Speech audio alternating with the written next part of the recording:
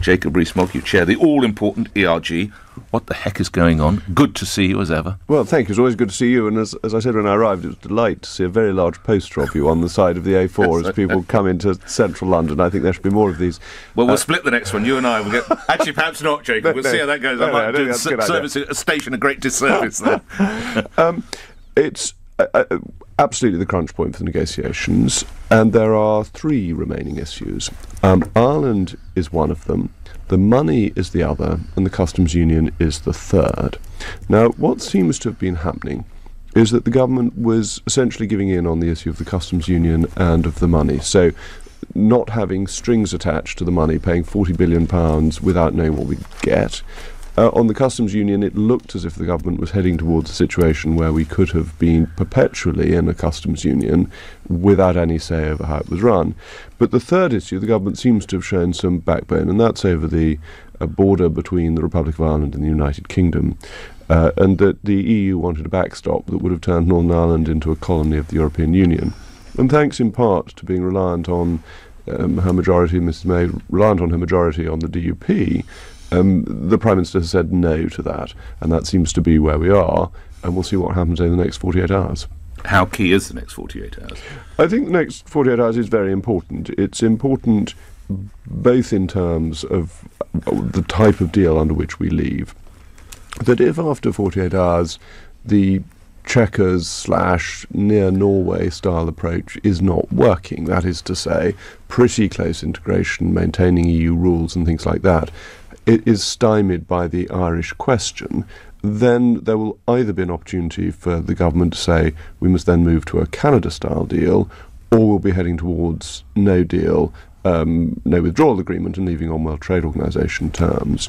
There's also an issue in terms of parliamentary numbers, that it's become increasingly clear that the government would not get a majority in Parliament for a deal that spent £40 billion for nothing, or left us perpetually in a customs union. So it needs the government to move, and it may be that the EU's intransigence is actually helping the government to reposition itself. Lastly, before we go to the calls, this leaders' summit in a couple of days, it's pointless now, isn't it?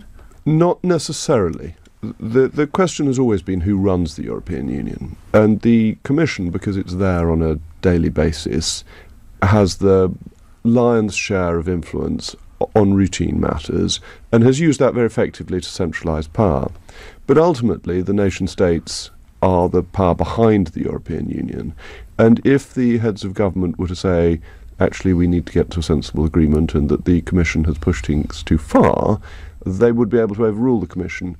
But there's no sign of that at the moment, and a number of the key leaders, particularly Angela Merkel, are distracted by other things, and she's just had a terrible election result in Actually, I will actually go to that. I was going to ask you about Bavaria. Where does that leave where does that leave Germany, actually? Never mind Angela Merkel. Well, it certainly leaves Mrs Merkel's position considerably weakened. Her political authority is in a state of decline, and when politicians find their political authority is declining, it becomes incrementally harder to do things and to achieve things. It also means that the Chancellor of Germany is bound to be focused on German issues rather than on European issues.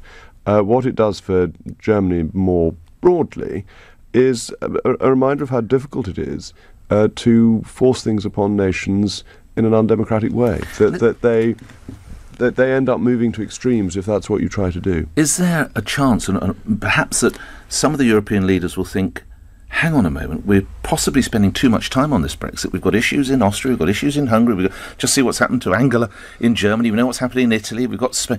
Right, let's get a Brexit deal done and start addressing problems in our own backyard. Surely that moment must be round the corner. You would have thought, and that would push, you would expect, towards a Canada-style deal, because just get it done. Just get it done and move on. That's basically off the shelf. That's there to be done. It's fairly straightforward. But you're quite right. And President Macron's poll ratings are even lower than former President Hollande's. I mean, that's not a great position to be in. Yeah, I'd forgotten him.